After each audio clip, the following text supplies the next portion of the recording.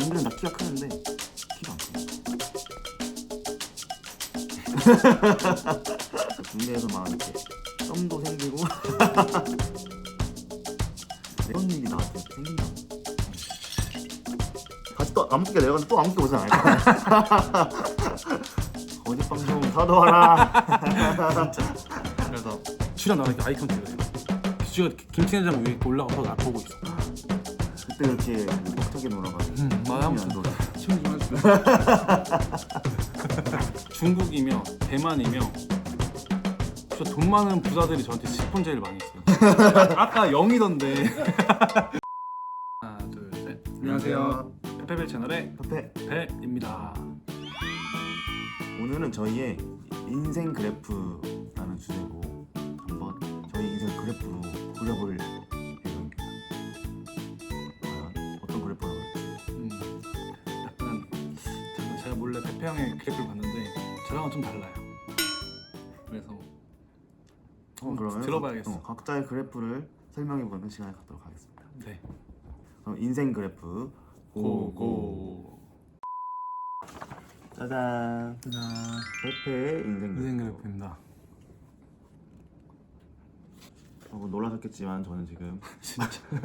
40입니다. 네, 40대랑 만나고 있다니. 곧 40이시잖아요. 아니야, 아직 멀었어. 자, 여기 영살 탄생부터 설명해드리도록 하겠습니다. 진짜 무슨 여기 굴곡이 많아. 그러니까 너는 굴곡이 없어. 저는 진짜 인생에 굴곡이 많은 인생인 것 같아. 내 스스로 그렇게 느끼는 걸 수도 있어. 여기에 이제 11살 때 제 인생 첫 번째 전성기가 초등학교 5학년 때인데 11살 초등학교 5학년이랑 6학년 때 제 인생의 전성기인데 제가 놀랍게도 그 당시에 어렸을 때 되게 예뻤어요. 제가 어렸을 때 되게 예뻐가지고 학교에서 좀 유명했어요. 잘생겼다고. 지금은 아니라서 믿기지 어렵겠지만 그 당시에 그랬어요. 그래가지고 초등학교 5학년 때 제가 그때 학급 반장이었는데 학급별 반장 회의가 있어서 그때가 발렌타인데이였어요. 그 회의를 갔다 왔더니 그냥 책상 서랍이고 책상 위고 초콜릿이 산더미처럼 쌓여있었어요. 진짜 여자 여기저기서 다른 반에서도 심지어 초콜릿을 주고 갔어요. 그래서 10몇 개를 받았던 기억이 있어요 그 당시. 그리고 초등학교 6학년 때도 비슷한 상황이었어요. 그래가지고 막 제가 이건 나중에 들은 얘기인데 제가 학원을 다녔었는데 그 학원에 그 중학생 누나들이 저를 보러 왔다는 거예요. 와서 창문에서 저를 보고 가고 그랬대요. 근데 그거를 제가 나중에 그 중학생 누나를 둔 동창한테 들었어요. 그 친구의 누나도 내 팬이었던 거야. 그래가지고 와가지고 자기 친구들이랑 와서 나를 보고 가고 그랬다고 하더라고요. 연락해서 구독하라 그래. 지금 역변한 모습 보면은 좀 실망하지 않을까? 그 정도는 아니야. 그러다가 이제 제가 인생 첫 번째 암흑 경험, 이게 중학생 때, 초등학교 9학년 때 첫 번째 전생이었다면 바로 이 나락으로 떨어지는데요. 이게 왜 나락으로 떨어지냐면 저도 몰랐는 얘기예요. 제가 원래 초등학교 때까지만 제가 생물이었거든요. 근데 한번 머리를 삭발을 짧게 자른다고 했는데 그 다음부터 곱슬머리가 나기 시작하는 거야. 근데 곱슬도 악성 곱슬이 바뀐 거야. 아주 온 뒷머리까지 웨이브가 이렇게 지는 그런 곱슬 아시나요? 온 머리가 곱슬이고 호르몬의 영향으로 그때부터 약간 외모가 사춘기에 접어들면서 못생겨지기 시작합니다. 그래가지고 어느 정도였냐면은 이 당시에 제가 초등학교 때 중학생 누나들이 저를 보러 왔었다고 했잖아요. 근데 중학교 때 제가 우연히 독서실 앞에서 이제 친구랑 그 누나랑 마주쳤어요. 근데 그 누나가 나중에 했던 얘기를 그 친구가 해줬거든요. 너무 역변했다고. 너무 못생겼다고. 그러니까 이렇게 갑자기 외모가 이 호르몬 영향으로 머리 때문에? 머리뿐만이 아니라 점점 이제 성장할수록 얼굴이 바뀌잖아. 근데 이제 갑자기 이게 그 사춘기 때 조금 못생겨지는. 그런 이것뿐만이 아니라 남들은 다 키가 크는데 키가 안 크는 거야. 사실은 금방 끝났나 보다. 어렸을 때 제가 한의원에서 성장판 검사를 받은 적이 있는데 분명히 의사가 키가 많이 큰다고 했거든요. 근데 중학교 때 안 갔어요. 남들이 클 때. 그래가지고 첫 번째 암흑기. 남들은 키가 다 크고 근데 저는 키가 안 크고 못생겨지는 거. 그래가지고 이 당시 사춘기 때 약간 외모에 대해서 스트레스를 받았던 시기입니다. 중학교 때. 첫 번째 암흑기고요. 그래서 이제 다시 암흑기에서 고등학교, 대학교 이렇게 다시 이렇게 상승 곡선이 나타나는데 고등학교에 들어가고 나서 제가 몰랐던 저의 재능을 발견하게 돼요. 뭘까? 이게 뭐냐면은 공부였어요. 이제 고등학교 들어가서부터 본격적으로 공부를 하니까 그냥 저는 공부를 열심히 했을 뿐인데 전교권에서도 여기 됐어요. 의도하지 않게. 그래서 몰랐던 저의 재능이었어요. 전교 한 달이? 한 자리에 전교 1등도 하고 고등학교 2학년 때부터 전교 1등, 2등 하고 그랬거든요. 그러면서 이제 학교에서 제가 이제 촉망받는 그런 인재가 된 거죠. 그래가지고 고등학교 때 갑자기 이렇게 이제 하면서 대학교를 제가 물론 S대 면접에서 떨어지긴 했지만 그래도 Y대 경제학과에 입학을 하게 됩니다. 그래가지고 이렇게 그때 이제 학교에서도 그렇고 가정 내에서도 되게 촉망받는 인재가 되었다는 거. 그래서 이제 인생의 두 번째 전성기가 이때 고등학교 대학교 때고요. 그러다가 제가 갑자기 군대 때 이제 나락으로 떨어지게 됐는데 군대 때 나락으로 떨어지는 이유가 이제 저는 어디를 갈지 고민을 하다가 의경을 가게 됐어요. 근데 의경이 생각보다 빡센 거야. 저는 이제 경찰서에서 근무하는 줄 알고 갔는데 방범 순찰 때 이제 경찰서에서 근무를 하잖아요. 근데 맨날 시위막으로 다니는. 그런데 막 시위막으로 갔는데 막 그 사람들한테 끌려가고 그런 적도 있어요. 저는 되게 다른 편한 보직으로 배치될 기회가 많았거든요. 왜냐면 사실 군대에서도 약간 스카이 출신이라고 하면 좀 무대를 해줘요.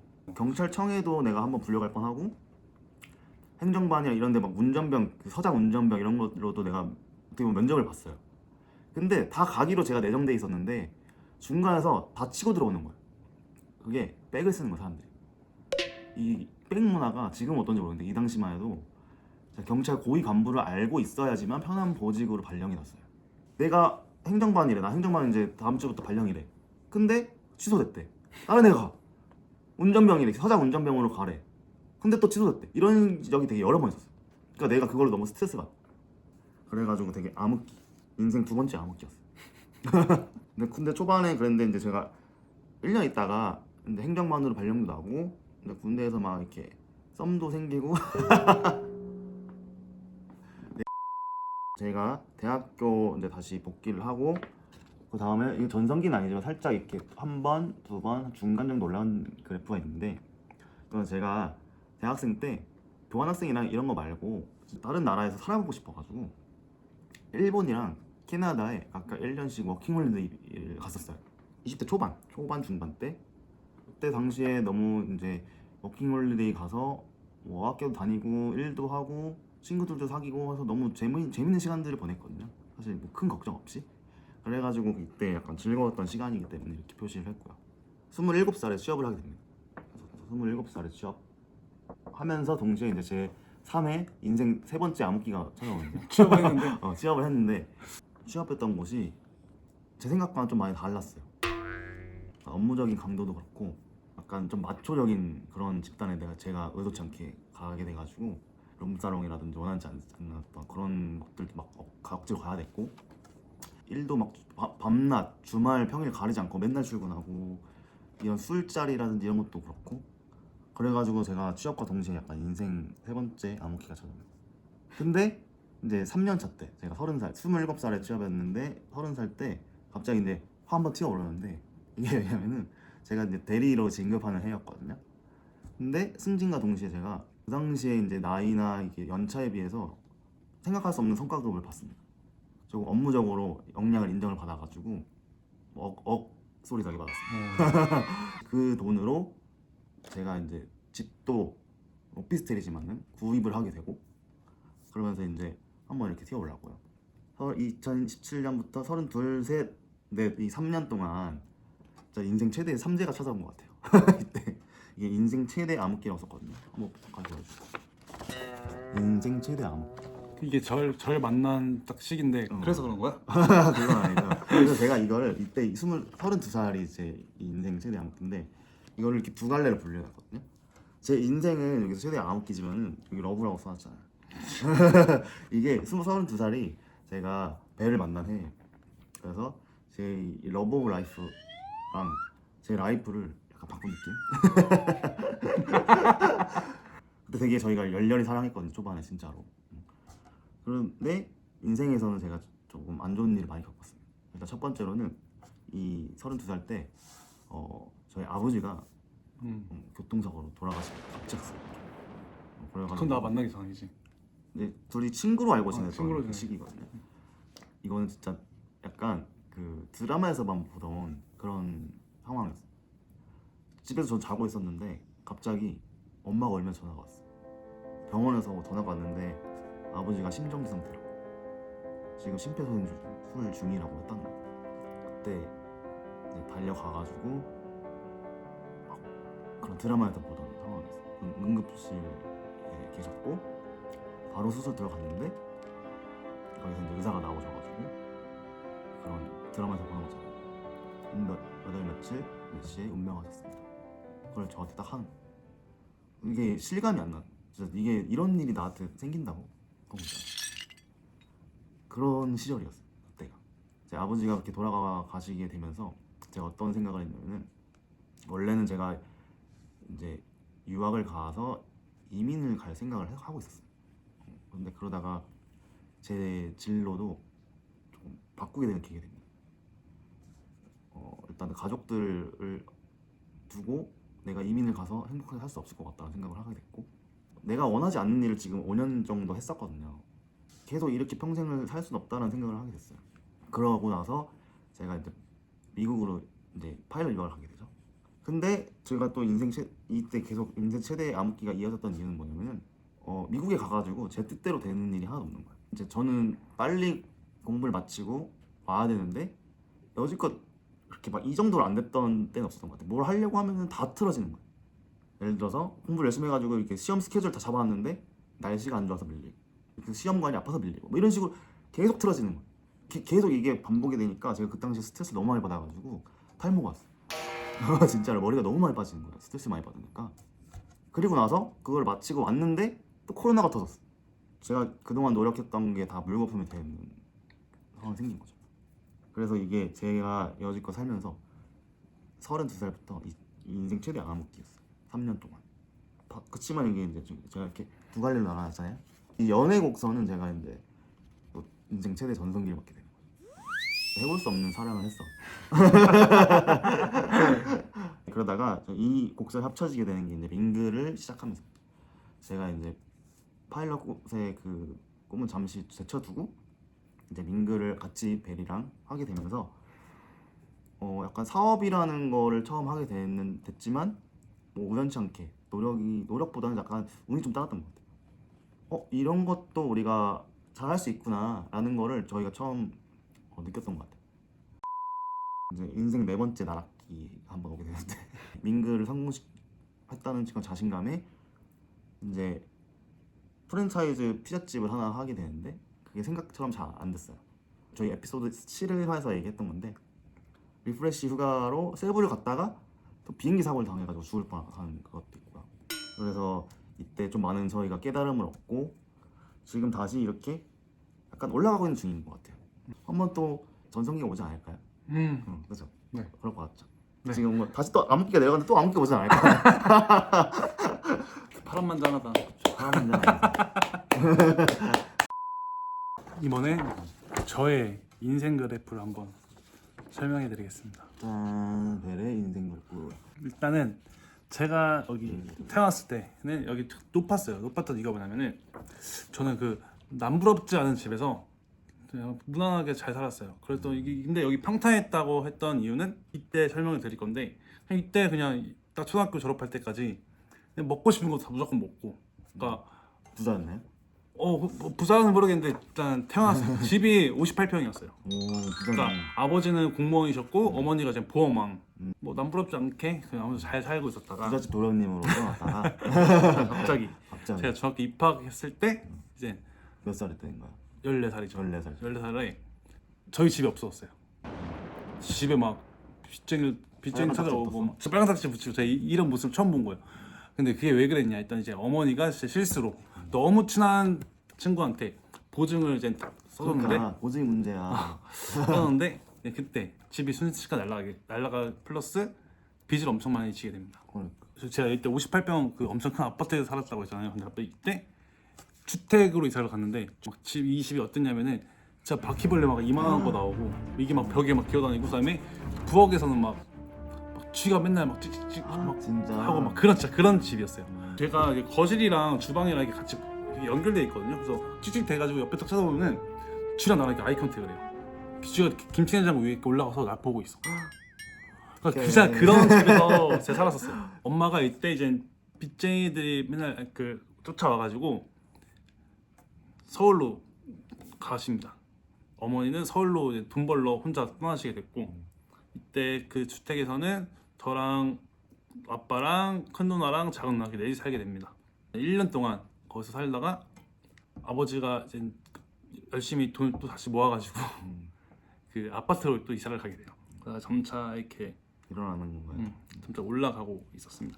그 주택 살 때가 진짜 너무 끔찍해서 이제 먹고 싶은 것도 못 먹고 항상 내가 먹을 수 있는 건 한정적이고 그러다 보니까 그래서 내가 이제 이때가 이렇게 높았던 거예요. 너무 그래서 높았다가 떨어졌고 올라가고 있다가 이제 제가 고등학교 딱 졸업할 때쯤에 이 재회가 뭐냐면은 드디어 엄마와의 재회를 합니다. 아 그때까지는 어머니랑 어머니랑 연락도 못했어요. 진짜? 네. 빚쟁이들 때문에? 그것도 그렇고 엄마가 뭔가 마음이 약해질까봐 서로 마음이 약해질까봐 일부러 연락을 아예 끊고 사셨어요. 그러다가 이제 재회를 합니다. 엄마랑 고등학교 하고 나서 그러다가 제가 이제 학교를 서울로 붙어가지고 20살에 서울 올라갑니다.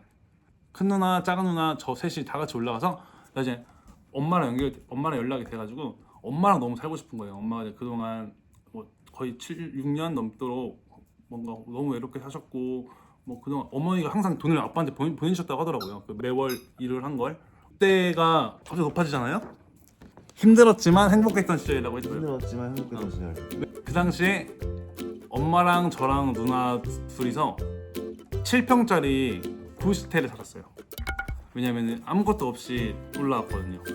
더 딥한 얘기가 있지만 그건 안 할게요. 그러다가 근데 이제 그때 7평짜리에 내 식구가 사는데도 너무 행복한 거예요. 진짜로. 네. 하지만 이제 일을 따로 했지. 누나랑 엄마는 낮에 일하고 저랑 작은 누나는 밤에 일을 해서 약간 잠자리를 겹치지 않게 약간 그렇게 일을 하게 됩니다. 근데 그런 삶이 너무 행복했다가 갑자기 이제 좀 현실을 깨우치면서 뭔가 현타가 오는 거죠. 그래서 영장도 날라오지 않았지만 제가 군대를 자원 입대를 하게 됩니다. 군대에서는 이게 있었어? 군대에서는 진짜 너무 순탄했어요. 제가 못 믿겠지만 축구랑 농구를 되게 좋아했었어요. 거짓말 하시면 안 돼요. 진짜로. 증거를 내밀 수 없다고 이렇게 거짓말 하시면 안 돼요. 아 진짜 좋아했었고 그래서 아무튼 운동도 되게 잘하게 생겼다 해가지고 아무튼 간부들이 저를 막 자기 부대로 막 데려가려고 하고 막 그랬던 때가 있었어요. 거짓 방송 다도와라. 진짜. 그래서 가다가 이제 23살에 전역을 해서 열심히 계속 일만 합니다. 일하면서 이제 다시 학교 다니고 하다가 대학교 졸업을 하면서 바로 취업을 해요. 근데 그게 이제 서울이 아니라 평택으로 취업을 하게 되는데 그때 이제 드디어 아파트로 이사를 하게 됩니다. 비록 자가는 아니지만 전세로. 여기 보시면은 취업하고 제가 좀 그래도 이때가 제 게이 전성기 시절이었거든요. 미모가 좀 돋보일 때였어요. 이때가. 언제 몇 살 때인가요 그게? 25살 넘어서 26살 때부터 5살 넘어서 26살 때부터 벨의 전성기, 게이 라이프의 전성기. 맞아요. 그때 그렇게 그 벅차게 놀아가지고 맞아. 아무튼 안 저기 좀 하시죠. 근데 여기 보시면은 여기 그 그래프가 더 높아질 수 있었으나 아쉬웠던 시절이라고 나옵니다. 왜냐 이때 제가 30살에 2, 3일 그 민글 준비를 하게 됩니다. 이때 점을 보러 가게 돼요. 저랑 준호 형이랑 둘이서 점을 보러 가게 되는데 점쟁이가 저한테 이렇게 말하더라고요. 뭐 네가 너의 재물운을 네 발로 걷어 찼다. 옛날에. 라고 하는 거예요. 저는 딱히 재물운이 운이 들어왔던 적이 없는데 어떤 걸 말씀하시냐 했더니 너가 2015년에서 16년도 사이에 엄청난 스폰 제의가 많이 들어왔을 거다라고 갑자기 이거 말을 하는 거예요. 무당이. 근데, 무당이. 2015년에서 16년 때 생각해 보니까 진짜 중국이며 대만이며 진짜 돈 많은 부자들이 저한테 스폰 제의를 많이 했어요. 그때 이뻤을 때니까. 이뻤을 때. 너가 여기서 막 살면은 내가 많이 항상 너가 너한테 큰 돈을 줘야겠다 아니면 뭐 아무튼 해야겠다 뭐 뭔가 제안이 많이 들어왔었는데 제가 들에 겁먹고 그리고 또 그런 인생을 살고 싶지 않아서 다 거절했거든요. 근데 점쟁이 말이 그 말이었던 것 같아요. 근데 만약에 제가 그때 그거를 수락했다면은 좀 더 곡선을 이렇게 하지 않았을까 라는 아쉬웠던 시절이지만 이걸 안 했기 때문에 제가 지금의 준영을 만날 수 있었던 것 같아요. 맞죠? 그럼 그게 좋은 거야 나쁜 거야? 그건 당연히 좋은 거지. 그러니까 이게 점점 올라가잖아. 아니지, 나를 만나서 이렇게 된 거고 날 안 만났으면 그거 받았으면 이렇게 됐을 거거든. 했다가 이렇게 했다가 쫙 떨어질 수도 있지. 근데 형이 지금 만나고서는 올라가고 있죠. 그런 거 맞죠? 2, 3이 이민을 준비를 하면서 갑자기 제 곡선이 또 갑자기 뚝 올라가게 되죠. 이때 왜 그러냐면은 저한테 페페 형이 김포로 이사를 하라고 합니다. 왜냐? 저의 꿈을 좀 페페 형이 빨리 실현시켜준 게 있잖아요. 같이 가게를 하게 된 게. 그때 너가 평택에서 출퇴근하기 힘드니까 서울은 너무 집값이 비싸고 김포로 이사를 가라. 알아보다가 대출이 되길래 그 금액도 맞고 막 그러길래 이사를 갑니다. 근데 갑자기 제가 이사 간 지 한 달 만에 집값이 2배로 올라요. 대박이었죠. 그래서 저희 어머니한테 제가 커밍아웃을 하진 않았지만 페페 형이 김포로 이사를 가라고 했다라고 말했더니 페페는 너한테 되게 귀인이다 이런 식으로 말을 하면서 페페 형이랑 밥 한 번 먼저 먹은 적은 없지만 되게 좋아해요. 개인적으로 엄마가 맞아요. 도움 줬으니까 좋아하겠죠? 형이랑 같이 민글하게 되면서 장사가 생각보다 너무 잘 되는 거예요. 초반에 저희는 코로나 시절이기도 했고 솔직히 엄청난 큰 기대는 하지 않았거든요. 코로나가 이제 끝날 시기에 다시 이태원도 살고 나서 종로가 조금 사람이 줄면서 이제 좀 잠잠해지다가 형이랑 저랑 욕심을 내게 됩니다. 아까도 형이 말했지만 사업을 시작하게 되는데 피자집이 잘 안 됐어요. 안 되다가 맨케이브 또 잘 안 됐죠. 그러다가 형이 나한테 고민하다가 딩글로 바꾸면서 유튜브를 또 시작하게 되죠. 딩글로 바꾸면서 유튜브 하다 보니까 점차 올라가다가 지금 저의 행복치는 태어났을 때랑 지금이랑 똑같은 행복치입니다. 형이 저한테 옛날에 해준 말 중에 제가 되게 감동받았던 말이 하나 있는데 나는 너랑 연애를 하면서 뭔가 미래를 그려나가고 있다라고 그렇게 말한 적이 있어요. 근데 그 말이 되게 감동인 거예요. 저랑 어떤 미래를 그려가고 있다라고 하는 자체가. 근데 지금의 행복감은 돈이랑 비례하지 않는 것 같아요. 물론 사업이 잘 될 때 너무 행복가 좋지만 지금 저의 행복은 마치 제가 지금 아무것도 몰랐던 그러니까 평탄했던 그 시절 행복했던 그 감정이 지금 계속 유지하고 있는 그런 단계입니다. 저는. 무슨 말인지 알 것 같아요. 무슨 말인지 알죠? 제가 말을 잘 못해요. 그러니까 저는 지금이 가장 행복한 너의 행복 지수는 뭐지? 100점 만점에 100점 만점에 저한 90점이라 생각합니다. 본인의 행복 지수는 몇 점이죠? 지금 아까 0이던데 지금 0점인가요? 아까 제가 초반에 말씀드렸던 거는 아까 제가 페페 형의 그래프를 좀 약간 잠깐 봤는데 저의 그래프랑 좀 달라서 조금 당황했다 하는 이유가 그냥 0이 그러니까 이게 저도 이렇게 태어났을 때랑 똑같아요. 똑같아. 그래?